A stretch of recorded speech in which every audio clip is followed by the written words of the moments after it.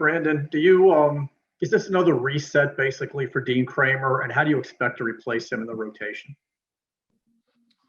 Well, I think we felt it was important for Dean's development to go down, continue to work on the quality of his pitches. For me, Dean's a major league starter. He's got 4 major league pitches. Now it's about being comfortable in executing them. And he's just pitched in so much traffic his last couple starts, especially where it's a high pitch count and early on in the game. He's pitching with runners on base constantly, and you're just seeing a lot of overexertion, overcooking a lot of pitches. We want him to go down there, really work on those 4 pitches, the command of the 4. So it's more of a development. We're sending him down from a development standpoint of him pitching maybe a little bit lower pressure environment and working on executing the 4 major league pitches he has. Have you decided how to replace him in the rotation?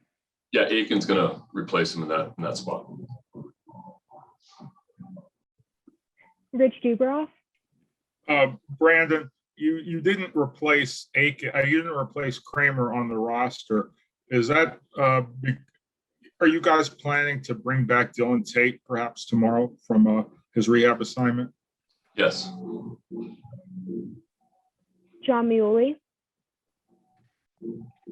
Brandon, you mentioned last night that you were glad to see Cedric, showing some emotion after that ground out. Obviously, Monday night you had an appropriate amount of frustration about what had happened. What do you think is the proper amount of disappointment, anger for guys to outwardly show, and for you to outwardly show as you guys are going through this really tough stretch?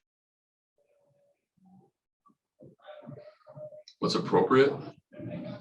I just thought, when I said that last night about Cedric, that was more of an individual, personal thing for me, Cedric showing signs of thinking he should have a ton of success here, which means he's turning the corner in his career. Cedric's pretty quiet by nature, and for him to be upset, there was earlier in the game too, there's a runner at second base, nobody out.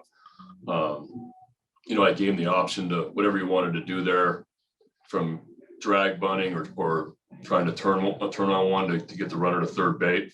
And he was super upset in the dugout that he didn't execute that also. And then later in the game, they bring in an all-star type left-hander. He doesn't get it done the way he wanted to. And for him to be mad, I think that was absolutely appropriate. It shows me that he's expecting himself to do well. And that's why I think that was appropriate, because this guy's it just shows his competitiveness. And I think that we're showing competitiveness.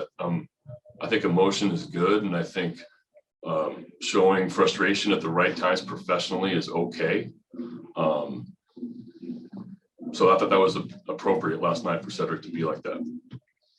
But as a team, is there a level of being mad for show that can happen when a team is going through this and guys are just, trying to make it look like they are upset about it versus just doing the work to get better?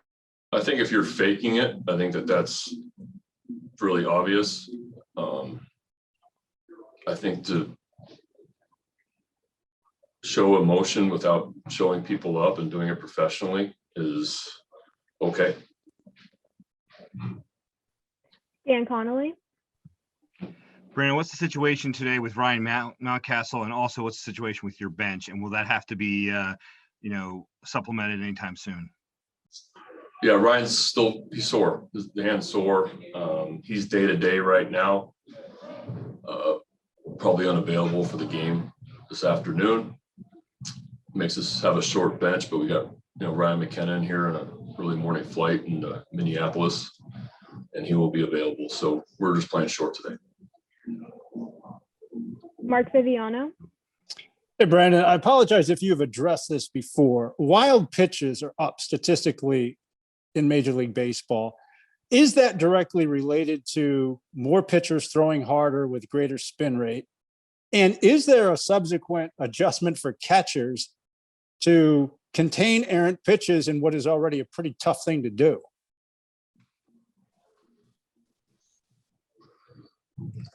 Well, for me, there's a lot of reasons that around the league, wild pitches are up. One, yeah, guys do have really good stuff right now, and there's a lot of top to bottom. You see a ton of spiked breaking balls, splits in the dirt.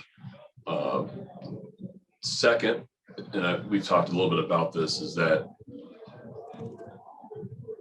in the baseball world right now, catchers are awarded for receiving strikes down at the bottom of the zone. And so you see a ton of one knee setups. He's like Garver. You'll see Garver. Oh no, Garver's not catching day, but Garver, if you watch Garver the last 2 nights, it's on one knee. A lot of guys are catching with one knee right now to be able to receive the pitch down easier. And I think you're seeing a ton of balls to the backstop because of it. So being a former catcher, it's hard to buy. I mean, I'm a block and throw guy from how I was brought in, and Cuz is the same way, but they're also, the receiving aspect of catching is such at the importance in so many ways, a little bit out of our control, that sometimes catchers are put in a tough spot to be able to receive tough pitches. And that's why you see it around the league of a lot of wild pitches. Dan Connolly. Brandon, just kind of help me with this here, because I think we're a little bit unclear with the taxi squad. That is optional now, right? You do not have a taxi squad. Is that going to change with Chicago? How does that work now that that they kind of changed it? Yeah, you can have a taxi squad. We did not bring one on this trip because of a lot of the guys that we would have normally brought. We want to play right now, so we want those guys to play. When the guys come on the taxi squad, especially on a long trip, it's a lot of hitting in the cage, maybe some ground balls. There's no game action. So they're just kind of sitting and waiting. It's trying to stay ready. And with our guys, we wanted them to play in Norfolk.